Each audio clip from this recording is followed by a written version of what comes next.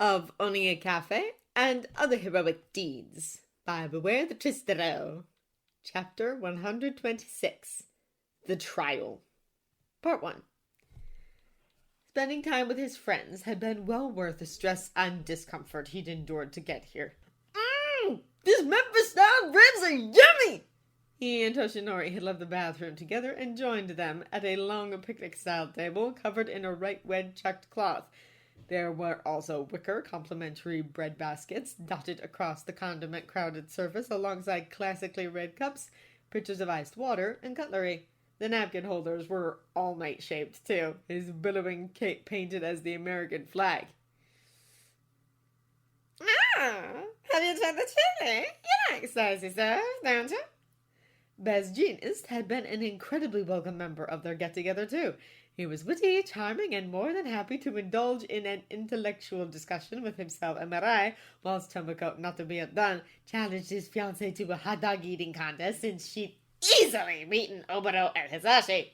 The heroic best friends had waved their white napkins in surrender whilst chugging milk to stave off the hot sauce-lathered wings, whilst he and the former magician come con man had recorded the whole thing and shared it amongst the Tats teens and their friends. I'm in burger heaven! I can't believe you only have to pay the ones to eat all of this! Well, then I'll beat at it grits head! Atsuhiro had kept hold of the portfolio for him until he and his lover had been driven to the blonde's beach house, the pair of them flipping through it together. It was hard, as he sat next to Ray in the back of Naomasa's unmarked police car, to remember that kind of fondness whilst the car carefully weaved through the late morning traffic on the way to Tokyo. Once there, they'd be driven to Koto Saibansho to take part in a trial that, due to the nature of the accusations and the former reputation of the hero involved, wasn't open to public view via broadcasts or anything else. The flaming sidekicks had, however, paid to have the trial turned into a documentary after pestering the judge continuously. They were painting a picture of injustice against the flame-bearded bastard. They were going to name and shame them. Or so they thought. He, like many of them, had had no qualms with an unbiased crew being hired to document the trial because they knew the truth, and since the PHSC had seen this as a chance to openly show that they had the public interest in mind, the idea had been greenlit. Mirai had scrutinized personally every would-be director and their team with his quirk to make sure that, to the best of everyone's knowledge, they'd be dealing with people who harbored no intentional bias. A South Korean team, led by an incredibly shrewd woman with an excellent reputation, had been the ones hired. Roh-soo was the descendant of a famous director from the early 21st century. She, too, had become someone who was highly acclaimed throughout the world as a woman who produced sensitively cut documentaries which covered a range of perspectives and views. The Todoroki miners would have their identities protected, of course. He'd been promised anonymity as well for the sake of his cafe and community. This, he'd felt, was far better than a sea of cameras being trained on them throughout what was sure to be an intense few days. The last thing they needed were the press hounds, talk show hosts, and vloggers all layering their opinions across what should be a trial that'd give NG every appropriate punishment possible, their thoughts and feelings building a media circus that could create trouble for those wonderful children and their mother. In some respects, it felt as though this trial would never come. However, as he held the hands of Himura Rei and Aizawa Dabi, Shouta could allow himself the relief that Natsuo, Fuyumi, and Shoto would be called on to give evidence until tomorrow. Between himself and the other parents and guardians, they had managed to get all of the tots a leave of absence for this week, so that they could stay with the youngest Todorokis at the UA dorms.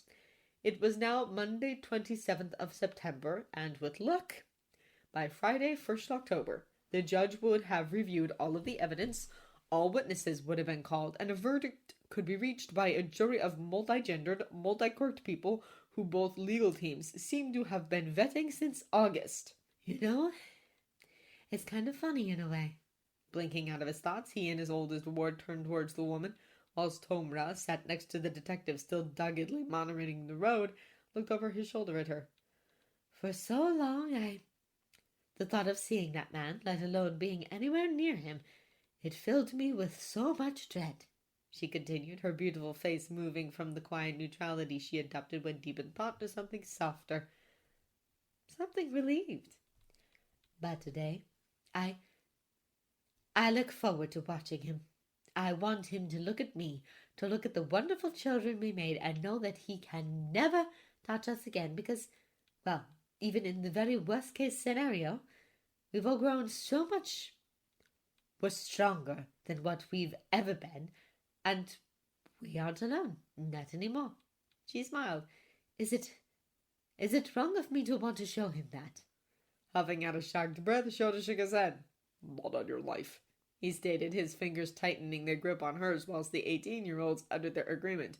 I'm only sorry that my warden and I can't hold the brick so you can get that special limb all you like. Arriving at the High Court, the steps devoid of journalists, the eatery owner held his head high as they walked inside. His fiancée had surprised him with a new suit in charcoal this time. It was the same cut as his blue one. The Merlot shirt and silk black tie had been something Toshinori had blushed about, and aside from it looking and feeling good, he did feel the love and thoughtfulness that had gone into it. His partner wouldn't be sworn in until much later. The defense were trying to target him as a linchpin in the whole setup, after all, but first things first, Dabe and himself were going to be called. Angie's legal team found it incredibly odd that they somehow found each other. They were hoping to prove some kind of conspiracy about them being in cahoots long before he'd spotted Dabe by his cafe's dumpsters that day. Because who in their right mind would just reach out to a dangerous stranger? Aside from them plotting Endeavor's downfall being ridiculous, this kind of thing was exactly why, alongside the lack of so-called privacy being cursed by most, CCTV was a blessing. He'd given Mirai and Toshinori's legal team everything they'd asked for, and then some. The video files had been checked for tampering by the defense, and of course no alterations, editing, or splicing had been found. I bet we look like the lineup of some swanky legal drama or something, don't we? His oldest ward tried to chuckle as they finally reached the doors where the impassive guards opened the barriers and directed them towards the security scanners. We're so well dressed that I bet anyone looking our way would think we're some crooked law firm out of a saga or something, right? Now that'd be a show worth watching. Show would be the serious one with the heart of gold. Oga-san and I would be the compassionate right fighters, and that would make you the famous video game character from way back when. Phoenix Wrong, was it? Tom snickered whilst Ray giggled. He finally rolled his eyes and Abby balked. First of all, that hero of a lawyer was called Phoenix Wright by the Western branch of Capcom, and I would be more than happy to play that role, thank you, he returned with a playful laugh. I think I could slam my hands down on the bench, point my finger, and yell, objection! Pretty well, don't you? Oh, and before anyone else has the chance, I'm begging Hitoshi for my plucky sidekick, okay? The judge presiding was also incredibly famous. His name was Daterikyu, and as they sat in a separate room, the three of them could only watch through a video link. On the right-hand side of the vast, mostly white-tiled room sat Todoroki Enji and his 4 lawyers. On the left, in turn, were 6 lawyers from both Sir Nidai and All Might's agencies, with 2 more representing the HPSC. Mirai's people were, in theory, therefore Ray himself and the kids. However, they were working incredibly closely with his partner's team. The commission, too, were being oddly cooperative. He was trying his best not to think too hard about that. Mirai inclined his head politely at the respectively observing documented crew as he took his seat in the rows behind the prosecution team, his lips giving Tomra a soft smile. Are we early or are the sidekicks not coming? The almost 19-year-old whispers as clerks scampered in from side doors and the camera operatives adjusted their equipment, while Sanza and Naomasa nodded their apologies and ducked out of the gallery as their phones vibrated with a silent emergency alert.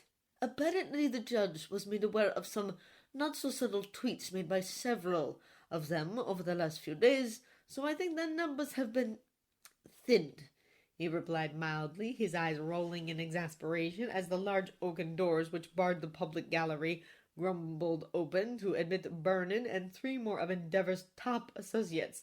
They were in full costumed regalia, of course. Their expressions were grim, and just as he thought, Sir Night-Eye. They wanted to front and posture before him, his lover, and his nephew. We'll be watching to make sure you don't use your quirk to find ways to derail the proceedings here today, the green-haired woman declared, the others fanning out around her as she pointed an accusing finger at him, humming whilst Azuhiro leaned forward and Tomer snorted. Mirai sighed. I have no intention of using my quirk during the trial, he offered with a slight shrug. I have offered myself up to be monitored the entire time with the quirk scanner borrowed from Tartarus too, if you'd care to look over there. He furthered, a grin stretching his lips whilst his partner struck his tongue out at the owlishly blinking woman. You weren't expecting that now, were you?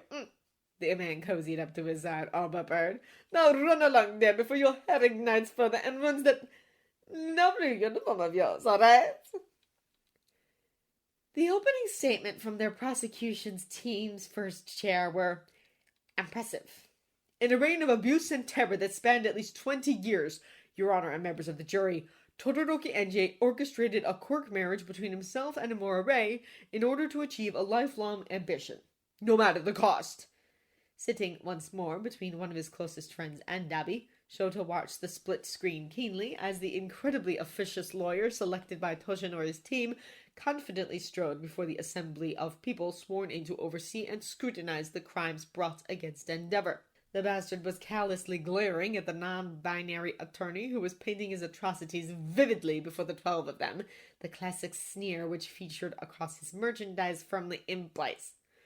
Competition, we all know, can be a healthy thing, and yes, especially in the world of pro heroes, we've all come to recognize, enjoy, and cheer on our favorites as they strive to keep us safe, haven't we?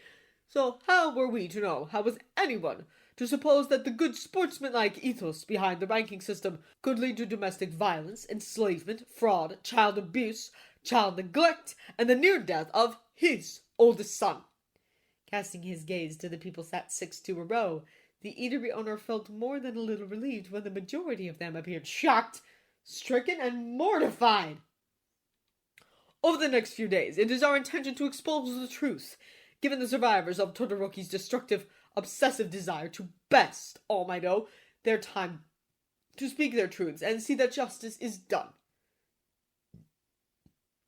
To see that this man who duped not only the HPSC and his colleagues, but the public into believing him to be a hero, is made to know, understand, and pay for his crimes. Crimes that, and I apologize sincerely to you in advance, will rock you to your course. Crimes that, regardless of any consequence, you, the jury, can rightfully bestow upon him will have lifelong consequences for those who've been brave enough to expose him. Sure, he'd never understand the need for such pomp, but he couldn't argue with anything that the lawyer was saying. They were passionate, their tone hitting pitches which suggested disgust, their volume rising and falling just so. They had the jury eating out of their palms. Listen to them, and listen well, for they, and all of us here who will take part in this trial, will be speaking the truth, as Saibatkaten Date-sama looks on. Look at his third eye, look at that eye, and listen to the testimony of our witnesses, and then ask yourselves this one poignant question. He'd be sure to tell Toshinori that he'd made a spectacular choice when he died this person. If Todoroki had committed the crimes you learn of over the next few days against you and your loved ones, would you show him mercy? The defense, similarly, had attempted to sway the people predominantly responsible for the trial's outcome. Ladies and gentlemen, don't be fooled by the provocative spiel my esteemed colleague has been spouting on behalf of a bitter widow, a scarred con artist, and a veritable peanut gallery of collaborators hell-bent on besmirching our number 2 hero. She was unsurprisingly a sharp-corked woman whose smile was laced with far too many long needle-like teeth and large, dark, pivoting eyes that seemed to pierce whomever she looked at. As he glared at her through the screen, he tightened the grasp he had on the other's hands. Oh, he was going to make her job of questioning him very difficult when the time came. Todoroki Enjie is a selfless man, a man of power, conviction, and unmatched dedication to the safety of our country, its laws, and people. Yeah, sure. Our quirk marriage is illegal, certainly not. Was Todoroki Ray Nihimura Chained up in an attic, locked in a basement, tied to a bed? Of course not. No, ladies and gentlemen. She knew where the door was, and so, if her life was truly so terrible, why didn't she leave? Wow! To see a lawyer so blatantly unaware of the kind of psychological trauma, conditioning, coercion, and abuse which kept partners trapped in such god-awful situations was mind-boggling and deeply, bitterly disappointing. Also, I kindly ask that you disregard any notion that Todoroki Toya is alive. His death was a tragedy, and he is still mourned by his father, and would be mourned in the presence of his whole family, at the shrine built within the Todoroki estate, if not for several well-connected people conspiring to snatch the surviving children from their father's care. It was a shame, really, that Date-sama couldn't use his quirk until the trial actually got underway, wasn't it? This Aizawa Dabi is nothing more than a sneaky, low-life opportunist who stands to gain a considerable amount of money from All Might's agency upon the successful shaming and wrongful imprisonment of the only man willing to meet that grinning Westaboo toe-to-toe for the protection of our country and our roots. Someone needed to give Same-san's number to Anzu-jan's agent. Something told him that she'd make a killing as a bombastic actor in some over-the-top kabuki theater production. Oh, they have falsified documents, so that we're sure. And like my colleague suggested, I, too, would ask you to look to Date-sama. For we have every faith in Endeavor-sama. We have every faith that the lies brought against him will be dispelled by a weapon that no one can counter. And that weapon is the truth. Blinking, Shouta looked at Ray and Dabi to make sure he'd heard her right. He tried. The pair, similarly bewildered, their lips starting to smile. Did she just say, have his team just been taking his word for everything? He breathed, his eyes the size of saucers. That would be an incredible stroke of luck, the newly divorced woman replied, her spirits lifting. And it stinks of his ego, too. The nearly 19-year-old huffed, his turquoise eyes narrowing upon the man who'd sired him. But unfortunately for him, what's true, and the past, never dies.